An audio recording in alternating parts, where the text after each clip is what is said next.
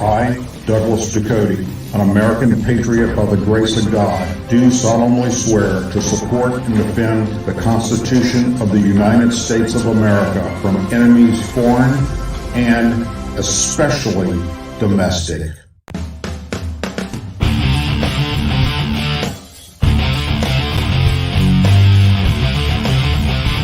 I, Douglas Ducote, an American patriot by the grace of God, do solemnly swear to support and defend the Constitution of the United States of America from enemies foreign and especially domestic. Say it with me. I pledge allegiance to the flag of the United States of America and to the republic for which it stands, one nation, under God, indivisible, with liberty and justice for all. Hello, American Patriots. Douglas Ducote here with a little bit of shocking information that, if I was going to guess, I would say that 99.9% of every living human being on planet Earth has absolutely no clue about this story. Matter of fact, I bet you 80% of those serving in the United States military right now have never heard of this. And the number's pretty high of veterans that have probably never heard of this. But it's shocking. It's absolutely unbelievable. And it makes the current pandemic look like a walk in the park. What am I talking about? I'm talking about America's missing nuclear weapons. Here's the story. The 1996 John Woo film Broken Arrow features a quite memorable line uttered by character actor Frank Wiley. I don't know what's scarier, losing nuclear weapons or that it happens so often there's actually a term for it. In fact, the term broken arrow does refer to the loss of a nuclear weapon, and it has happened more than once. Between 1950 and 1980, there have been 32 documented nuclear weapon accidents that involved the unexpected accidental launching, firing, detonating, theft, or loss of the weapon. To date, 6 U.S. nuclear weapons have been lost and shockingly never recovered. In fact, we don't even know where they're at, just a general idea. And let's talk about these individual cases. February 13th, 1950. The longest missing nuclear weapon hasn't been seen in 71 years, and it is unlikely that it will be found anytime soon.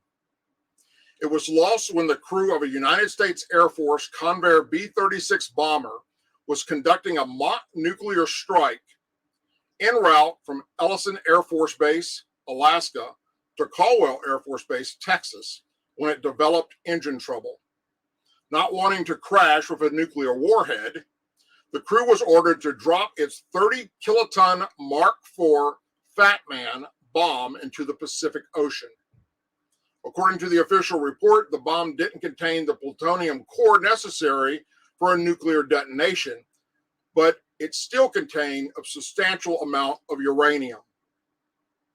Then, March 10th, 1956, 6 years after losing the first bomb, 2 nuclear cores were lost when a B-47 bomber likely crashed in the Mediterranean while en route from MacDill Air Force Base, Florida, to Ben-Gurion Air Force Base, Monaco. The aircraft had successfully completed its first aerial refueling, but it failed to make contact with a tanker for a second refueling and was reported missing.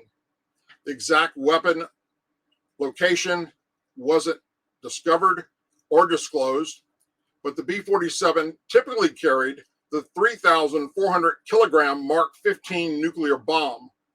No trace of the plane nor the core has ever been found.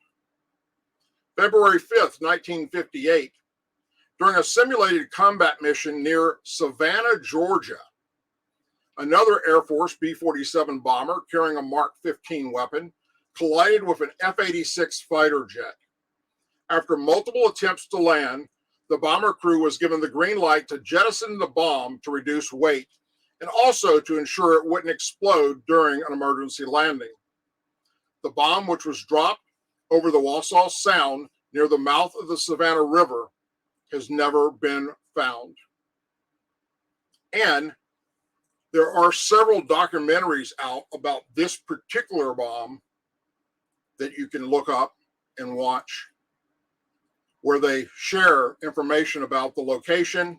And there are people actively still trying to find it to this day that are not part of our United States government. And besides the fact that we don't know where it's at, what they do know about the one near Savannah is it's starting to leak radioactive material, which will then kill off the fishery and who knows what else in this process. January 24th, 1961, somewhere near Goldsboro, North Carolina, a uranium core is likely buried in a field. It had been one of the cores of a pair of 24 megaton nuclear bombs that were on a B-52 bomber that crashed shortly after takeoff. It had been in the bomb bays. The airplane developed mechanical issues. And what is especially unsettling about this incident is that 3 of the 4 arming mechanisms on the bomb that were recovered had been activated. The second bomb's tail was discovered 20 feet below the ground in a muddy field. And when efforts to find the core failed to uncover it, the military did the next best thing. The United States Army Corps of Engineers purchased a 400-foot circular encasement around the buried components to restrict anyone from digging there in the future, therefore detonating the bomb and killing hundreds of thousands of people. December 5th, 1965, somehow an A-4E Skyhawk attack aircraft loaded with a 1 megaton thermonuclear weapon managed to roll off the deck of a U.S. aircraft carrier and fell into the Pacific Ocean. The pilot, plane, and bomb quickly sank in 16,000 feet of water and were never seen again. However, it wasn't until 15 years later that the U.S. Navy even admitted that the accident had taken place, and only noted it happened 500 miles from land. However, that wasn't true, as the carrier was about 80 miles from Japan. As a result of that accident, the Japanese government now prohibits the United States from bringing nuclear weapons into its territory. Can't say I blame them.